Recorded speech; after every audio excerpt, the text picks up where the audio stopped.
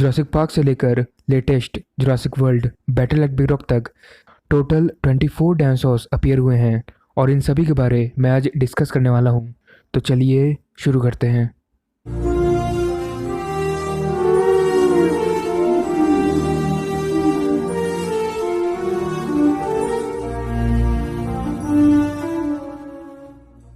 Brachiosaurus Jurassic park में दिखाए गए सबसे पहले डायनासोर थे जो अक्सर झुंड में रहा करते हैं। The lost world Jurassic park में हमें एक भी ब्राचियोसॉरस नहीं दिखाई देता। जुरासिक पार्क 3 में ब्राचियोसॉरस दिखाई देते हैं जो थोड़े हरे रंग के थे और फिर डायरेक्ट ब्राचियोसॉरस दिखते हैं जुरासिक वर्ल्ड फॉलन किंगडम में, जहां एक ब्राचियोसॉरस की बहुत दुखद मौत हो जाती है वोल्केनो की वजह से। पैरिस सभी जुरासिक मूवीज़ में अपीयर हुई है और the lost world Jurassic park को छोड़कर सभी जुरासिक मूवीज़ में ये एक प्रकार से एक बैकग्राउंड डायनासोर के रूप में थी। The lost world Jurassic park में इसे कैप्चर करते हुए दिखाया गया है। ट्राइसेराटॉप्स पैरिस की तरह ये डायनासोर भी सभी जुरासिक मूवीज़ में अपीयर हुआ था। जुरासिक पार्क में सिर्फ एक बीमार ट्राइसेराटॉप्स दिखाया गया था। The lost world Jurassic park में ट्राइसेराटॉप्स ने थोड़ी तबाही की थी। जुरासिक पार्क 3 और जुरासिक वर्ल्ड में हमें ये नॉर्मली दिखाई दिया था। जुरासिक वर्ल्ड फॉलन किंगडम में ट्राइसेराटॉप्स के द्वारा सबसे पहला ह्यूमन मारा गया था, उसके पैरों के नीचे दब के। टायरानोसोरस रेक्स टी-रेक्स भी एक ऐसा डायनासोर है जिसकी अपीयरेंस सभी जुरासिक मूवीज़ में हुई थी। जुरासिक पार्क, जुरासिक वर्ल्ड और जुरासिक वर्ल्ड फॉलन किंगडम में जिस टी-रेक्स को हमने देखा था वो एक ही टी-रेक्स है, रेक्सी। बाकी the lost world Jurassic park में जिन 3 टी-रेक्सेस और जुरासिक पार्क 3 का एक टी-रेक्स बिल्कुल अलग अलग थे।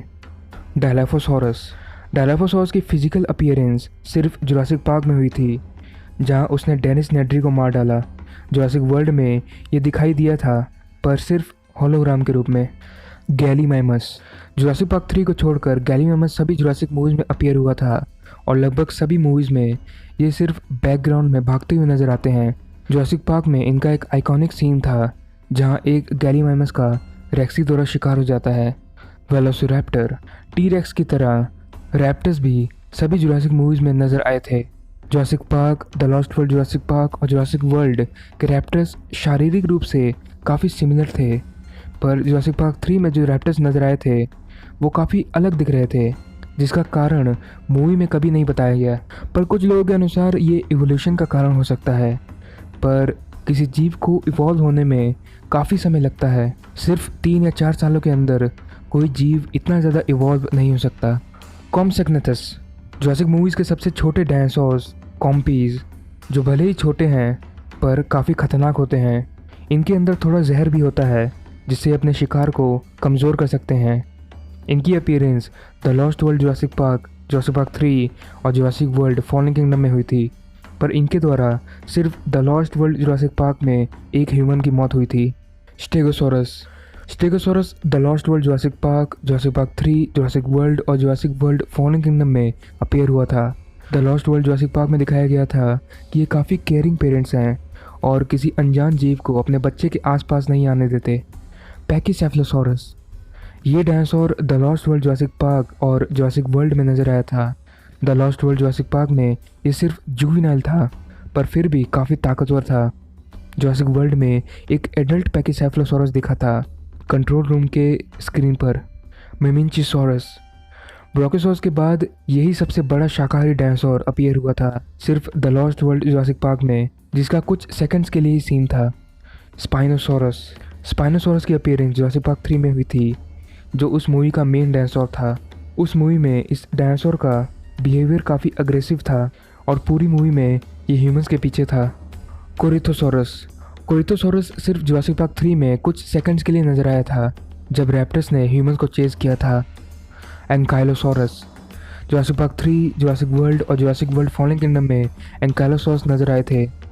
वैसे तो ये काफ़ी शांत होता है, पर जुरासिक वर्ल्ड में इसकी छोटी सी फाइट हुई थी इंडोमिनस रेक्स के साथ। सेरेटोसॉरस की अपीयरेंस सिर्फ जुरासिक पार्क 3 में हुई थी, जहां वो स्पाइनोसॉरस के मल को सूंघकर भाग जाता है।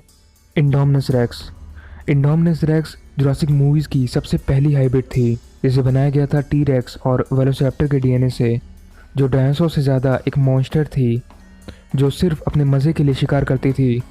वेलोसिरैप्टर और टी-रेक्स के साथ फाइट के दौरान ये मोसासॉरस द्वारा मार दी जाती है। अपेटोसॉरस। जुरासिक वर्ल्ड और जुरासिक वर्ल्ड फॉलन किंगडम में हमें अपेटोसॉरस दिखाई दिए थे। जुरासिक वर्ल्ड में इंडोमिनस ने एक पूरे अपेटोसॉरस ग्रुप को मार डाला था। सीनोसेरेटॉप्स। जुरासिक वर्ल्ड फॉलन किंगडम में सीनोसेरेटॉप्स की अपीयरेंस हुई थी। ट्राइसेराटॉप्स के बाद यही इस फ्रेंचाइज का दूसरा सेरेटॉप्सियन था जो मूवी में एक कार्नोटॉरस के साथ लड़ता है और उसे हरा देता है। कार्नोटॉरस। जुरासिक वर्ल्ड फॉलन किंगडम में कार्नोटॉरस की अपीयरेंस हुई थी। इस मूवी में हमने दो तरह के कलर्स वाले कार्नोटॉरस को देखा था। पहले एक लाइट कलर वाले, दूसरे एक डार्क कलर वाले जिसका एक सींग टूटा हुआ था। बैरियोनिक्स। बैरियोनिक्स भी जुरासिक वर्ल्ड फॉलन किंगडम में अपीयर हुआ था। ये डायनासोर काफ़ी ड्यूरेबल है, इसे लावा से भी ज़्यादा फर्क नहीं पड़ता। मूवी में इसके सर पर लावा गिरा था जिससे इसे ज़्यादा फर्क नहीं पड़ा। Allosaurus. Jurassic World Fallen Kingdom और Jurassic World short film Battle at Big Rock में एलोसोरस नजर आया था। जुरासिक वर्ल्ड फॉलन किंगडम में एक जुवेनाइल एलोसोरस था, पर बैटल एट बिग रॉक में एक एडल्ट एलोसोरस की अपीयरेंस हुई थी जिसने एक नसोटोसेरेटॉप्स के साथ फाइट की थी। स्टिजीमोलॉक। जुरासिक वर्ल्ड फॉलन किंगडम में स्टिजी अपीयर हुआ था जो एक जुवेनाइल पैकीसेफलोसॉरस की तरह दिख रहा था। छोटे होने के बाद भी ये काफ़ी ताकतवर और ख़तरनाक था। इंडोरैप्टर।